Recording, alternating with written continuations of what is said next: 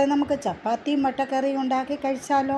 അതിന് വേണ്ടുന്ന മുട്ട എടുത്ത് ഇരിക്കുകയാണ്. മുട്ടയും കിഴങ്ങ്, സവാള, വെളുത്തുള്ളി, ഇഞ്ചി, ചുമന്നുള്ളി എടുത്ത് നമ്മൾ മുട്ട കഴുകി വെള്ളം വെച്ച് അടുപ്പയിലിട്ട് വെച്ചിട്ട് വെന്ത് അതിൻ്റെ കൂടെ നമ്മൾ കിഴങ്ങും കൂടി ഇട്ട് പുഴുങ്ങാൻ വെച്ച് വെന്ത ശേഷം നമ്മൾ ചീനച്ചട്ടി ചൂടായ ശേഷം അടുപ്പിലോട്ട് വെച്ച് അതിലേക്ക് നമ്മൾ ചതച്ച് വെച്ച ഇഞ്ചിയും വെളുത്തുള്ളിയും അരിഞ്ഞു വെച്ച സവാളയും ഉള്ളിയും ഇട്ട് കൊടുത്ത് വഴറ്റി നന്നായി വഴറ്റി കരിയാപ്പില ഇട്ട് കൊടുത്ത് അതിലേക്ക് മുളക് പൊടി, മല്ലിപ്പൊടി, മഞ്ഞൾപ്പൊടി, ഗരം മസാല കൂട്ടിയിട്ട് ഇളക്കിയ ശേഷം അതിലേക്ക് ഉപ്പിട്ട് കൊടുത്ത് ഇളക്കിയ ശേഷം നമ്മൾ പുഴുങ്ങിയ മുട്ട പൊളിച്ച് കിഴങ്ങ് പൊളിച്ച് നന്നായി അരിഞ്ഞ ശേഷം ഇട്ട് കൊടുത്ത് അതിലേക്ക് മൂടി വെച്ച് നമുക്ക് വേണ്ടുന്ന ചപ്പാത്തിക്കുള്ള മാവെടുത്ത് ഗോതമ്പൊടി എടുത്തിരിക്കുന്ന അതെടുത്ത് കുഴച്ച ശേഷം നന്നായി പരത്തിയിട്ട് ചീനച്ചട്ടി പാൻ അടുപ്പേ വെച്ച് ചൂടാക്കാൻ വെച്ച് എണ്ണ ഒഴിച്ച് തിരിച്ച് മറിച്ചിട്ട് ഇതേ മുട്ടക്കറിയും ചപ്പാത്തിയും റെഡി. നമുക്ക് കഴിച്ചാലോ?